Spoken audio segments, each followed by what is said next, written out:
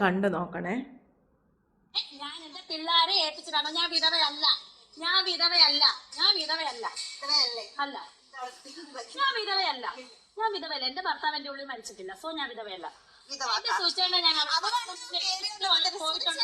ഞാൻ വിധവയല്ല, ഞാൻ വിധവയല്ല, ഞാൻ വിധവയല്ല. ഇത് ഇന്നലെ കൂടെ ഞാൻ പറഞ്ഞു. വെറുതെ എന്റെ ഭർത്താവിനാണ് ഇനി ഞാൻ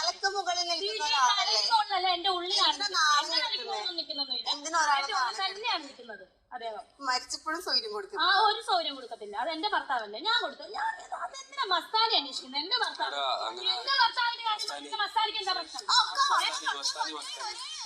ഞാനിങ്ങനെ വിചാരിക്കുക ഇവരൊക്കെ എന്ത് മാനസികാവസ്ഥയ്ക്ക് ഉടമകളാണ് എന്നുള്ളത്. ഒരു കോമ്പറ്റീഷന് ജയിക്കാൻ വേണ്ടി ഇമാതിരിയുള്ള പ്രഹസനങ്ങളൊക്കെ കാണിക്കാൻ പറ്റുമോ? എങ്ങനെ ഇവർക്ക് ഇങ്ങനെ സാധിക്കുന്നു എന്ന് ഞാൻ വിചാരിക്കാറുണ്ട്. ഒരു ഹസ്ബൻഡ് മരിച്ചു പോയൊരു സ്ത്രീക്ക് മാത്രമേ ആ വിധവേ എന്ന് വിളിക്കുമ്പോൾ ഉള്ള അവരുടെ മാനസികാവസ്ഥ നമുക്ക് മനസ്സിലാക്കാൻ പറ്റുള്ളൂ. നമുക്ക് പെട്ടെന്ന് ഒരാളോടൊരു കാര്യം പറയുമ്പോൾ അയ്യോ വിധവയായിപ്പോയല്ലോ, അങ്ങനെ നമുക്കൊരു സെന്റിമെന്റൽ അടിക്കുമ്പോൾ നമുക്ക് പറയാൻ പറ്റും. പക്ഷെ മരിച്ചുപോയ ഒരാളുടെ പേര് പറഞ്ഞിട്ട് അവരെ ആ പേരിൽ ട്രിഗർ ചെയ്യാന്ന് പറഞ്ഞാൽ ശരിക്കും ഒട്ടും അക്സെപ്റ്റ് ചെയ്യാൻ പറ്റില്ല കേട്ടോ. എനിക്ക് ഭയങ്കരമായിട്ട് വിഷമം വന്നു ഇത് തോന്നി.